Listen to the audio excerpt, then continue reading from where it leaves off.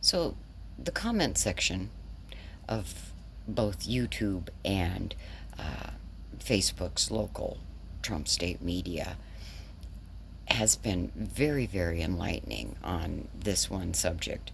And this is a subject that kind of bothers me because a couple years ago I went through the process of switching from having a Washington state license, driver's license, which I let lapse, to getting a Idaho just plain ID card because I couldn't see well enough to drive.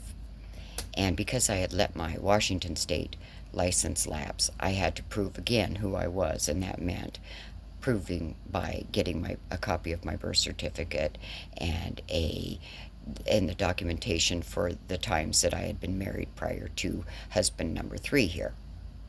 So that was quite a process, and we did that by going to different courthouses, which put a lot of miles on our car.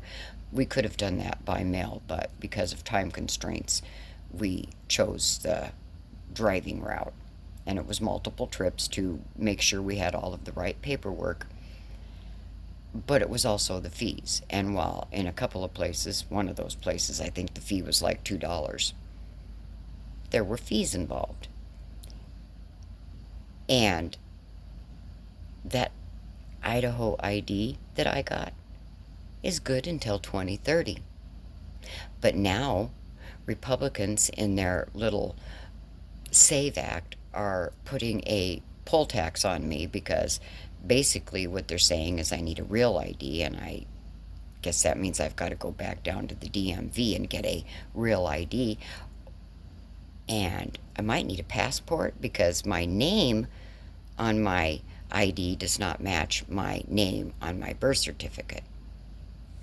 And the comment sections of this seems to be that a majority of the men are just fine with this. They don't seem to care. But of course, their name doesn't change when they get married. And I will say this, there's a lot of them that don't seem to understand that a driver's license and a real ID are two different things, but that's besides the point. Women are more concerned. Men don't care. But then it's not men who will lose their vote if their names don't match. This is concerning, and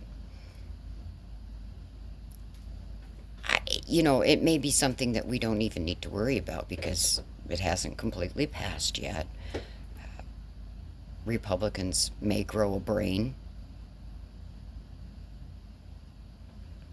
and a spine because when you get right down to it,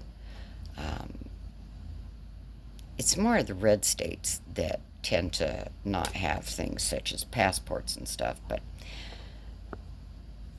I am going to point out I don't have a passport. I don't need a passport. I don't travel. I don't need a driver's license or to go in and get a real ID when my ID doesn't expire until 2030 either. Just pointing that out.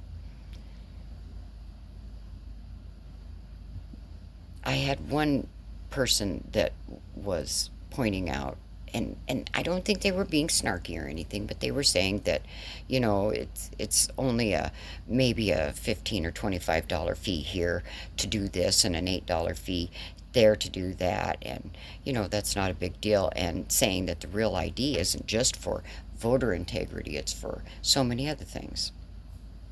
What other things? I mean, seriously, what other things? And I mean, I have wondered about this because where ICE is concerned,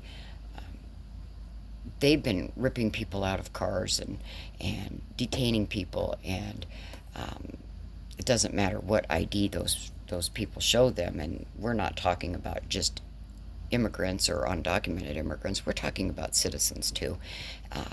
Their IDs don't work. And back in Germany, they used tattoos during a very dark period in time. And I'm beginning to wonder if that's not going to be the next on the executive order list, is that we can make this really easy. You can prove you're a citizen and you have a right to vote, or you have a right to go into a certain building. All you need is just a special microchip or tattoo. I don't know.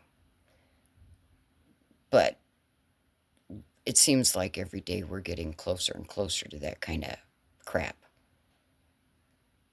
This is just one more of Republicans' march in that direction.